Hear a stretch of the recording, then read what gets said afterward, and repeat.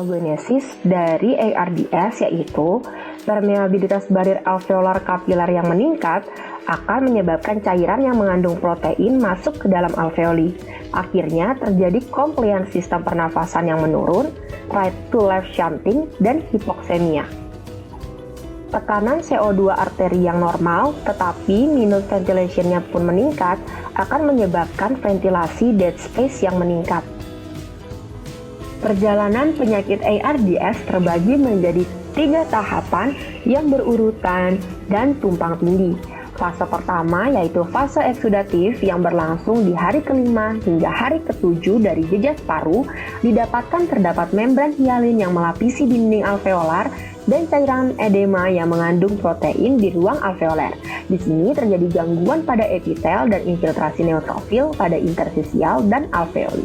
Di alveoli juga ditemukan area hemorrhage dan makrofag. Fase kedua yaitu fase proliferatif, di mana terdapat membran hialin yang mengalami organisasi dan fibrosis. Terjadi juga obliterasi kapiler pulmonal, deposisi kolagen pada interstisial dan alveolar, dan terjadi penurunan jumlah neutrofil dan juga penurunan derajat edema paru. Fase ketiga yaitu fase fibrosis. Di sini akan tampak gambaran radiologis pada ARDS persisten yang lebih dari 2 minggu. Awalnya jejas langsung maupun tidak langsung pada paru diduga menyebabkan proliferasi mediator inflamasi pada mikrosirkulasi paru. Neutrofil ini mengaktifkan dan bermigrasi dalam jumlah yang besar melewati endotel pembuluh darah dan permukaan epitel alveolar dan melepaskan protease, sitokin, dan reaktif oksigen spesies atau disingkat ROS. Migrasi dan pelepasan mediator ini mengarah kepada permeabilitas vaskuler yang patologis. Timbulnya jarak pada barir sel epitel alveolar serta nekrosis sel alveolar tipe 1 dan 2 akan menyebabkan edema paru, pembentukan membran hialin, kehilangan surfaktan, dan menyebabkan penurunan compliance paru dan membuat pertukaran gas sulit terjadi. Selanjutnya, terjadi infiltrasi fibroblast yang mengarah pada deposisi kolagen, fibrosis, dan akhirnya perburukan penyakit. Tata laksana pada pasien ARDS adalah dengan mengikuti prosedur yang pertama yaitu danger, yaitu amankan pasien, salah satunya dengan menjauhi pasien dari kerumunan. Kedua, respons, periksa respon pasien dengan memanggil, kemudian memberikan rangsangan nyeri, setelah itu periksa nadi karotis pasien. Selanjutnya, minta bantuan orang sekitar untuk hubungi layanan gawat darurat. Setelah itu, dapat dilakukan resusitasi jantung paru dengan pemberian kompresi sebanyak 30 kali, dengan posisi tangan yang lurus dan tegak lurus di atas dada pasien. Dilanjutkan dengan pembukaan jalur nafas. Setelah itu berikan nafas buatan sebanyak 2 kali. Proses RJP dilakukan dengan mengikuti high quality CPR, yaitu kedalaman kompresi 5 cm, frekuensi 100-120 kali per menit, dengan memperhatikan recoil dada, meminimalisir interupsi, menghindari hiperventilasi, dan lakukan kompresi tepat di tengah dada. Setelah 5 kali siklus kompresi dan nafas buatan, lakukan evaluasi dengan memeriksa denyut nadi karotis dan pernapasan. Jika denyut nadi karotis sudah ditemukan, lanjutkan dengan recovery position. Jika belum, lanjutkan hingga bantuan datang atau penolong letih atau setelah 20 menit.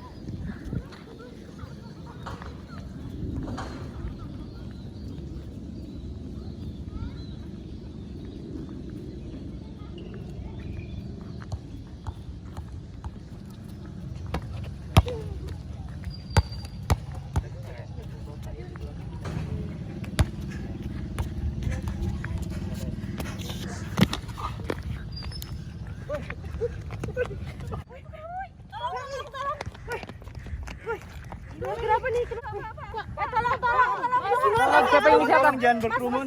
Oh iya. Mas. Duh, gimana? Tolong telepon ambulan. Iya. Sini nih. Ini Pak udah diangkat Pak. Halo, di sini Revan. Ada seorang laki-laki usia sekitar 20 tahun di lapangan basket Unila. Terjatuh ketika tidak ada tanda-tanda kesadaran dan juga tidak ada tanda-tanda pernafasan.